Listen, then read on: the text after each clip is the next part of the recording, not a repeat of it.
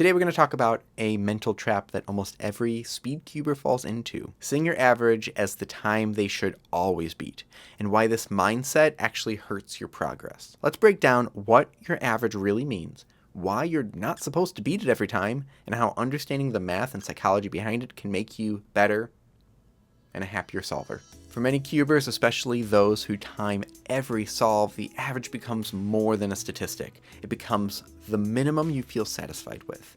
You get 5 good solves in a row, your average drops, and suddenly anything above that new number feels like a letdown. But here's the thing, by definition, about half your solves will be slower than your average. That's not failure, that's math. Now don't come at me that it's the average and not the median. I understand that. The median would literally be the middle.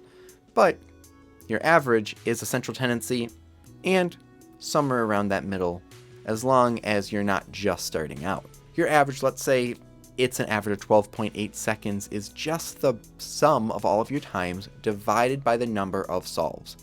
It's not a target, it's a central point. It doesn't mean that you should solve faster than 12.8 every time, it just means that the middle ground of your progress is that number. Psychologists call this the anchoring effect.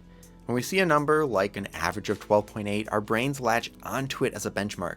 Even if we know logically that half our times will be slower, emotionally it feels like anything above that line is a disappointment. We anchor on that average, forgetting that it includes a full range of good and bad and lucky solves. When we miss it by a fraction of a second, we feel like we've regressed. Even if our median or average of 100 and best are all improving. Hey, I'm in the middle of editing this and I was thinking about the term anchor bias. I could see some arguing that that's not the best term. Often the anchoring effect is that we latch onto the first piece of information we see.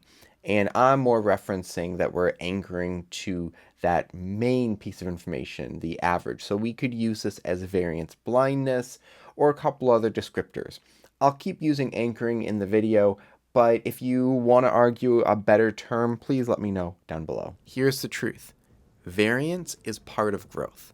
If all of your solves were identical, you wouldn't be improving. You'd be stagnant. In motor learning theory, like the Fitz and Posner model, you first have to experiment, be inconsistent, make mistakes. That's the associative phase, when you're actively refining, adjusting, trying new finger tricks, new cross solutions. The messiness means you're evolving. Even the top solvers have fluctuations. It's not that they always beat their average, it's that they don't panic when they don't. They trust the process. So what can you focus on instead? Try tracking things, like a mean of 100. This smooths out all the highs and lows and shows your true trend. Don't just focus on an average of 5. Average of 5 will fluctuate a lot, and your next average of 5 might be slower than your previous average of 5. You're not getting worse. That's just fluctuation. Look at standard deviation. This tells you how consistent you are, even if your average isn't changing. You will often become more consistent with time unless you're working on something new. Look at your personal best frequency. How often do you get close to your best times? That's a real sign of progress. Let's say you have a best time of 7 seconds.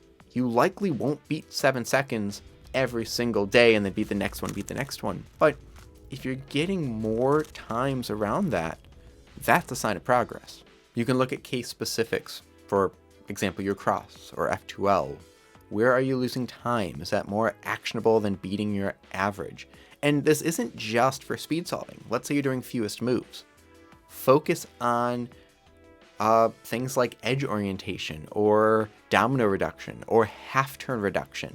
I had a personal best of 22 in FMC for years.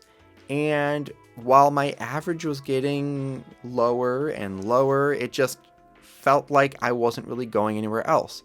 This past year, I started doing half turn reduction. Now I have a personal best of 18. Just from learning that new thing, I got worse for a little bit, and then it fluctuated. You really have to shift your mindset. Instead of asking, was that solve faster than average, ask, was I focused?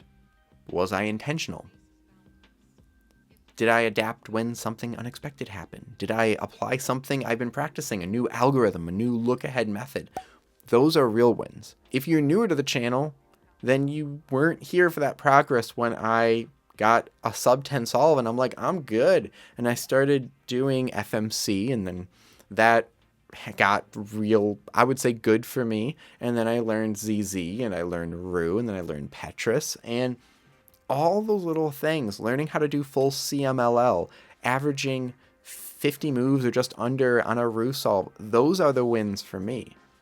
If I'm constantly trying to beat my best, I am going to get old and grumpy. I don't want that. Solving cubes isn't just about chasing a number, it's about getting better at solving problems. You have good days, you'll have weird slumps, but your average is not your identity. It's just a snapshot, a heartbeat, a moment in your journey. Next time you solve a bit above average, remember, that's not a failure.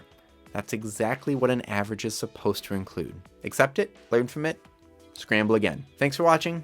If this video helped shift your mindset, consider liking, subscribing, or leaving a comment with your thoughts or your current average. And remember, progress isn't linear, but you are moving forward.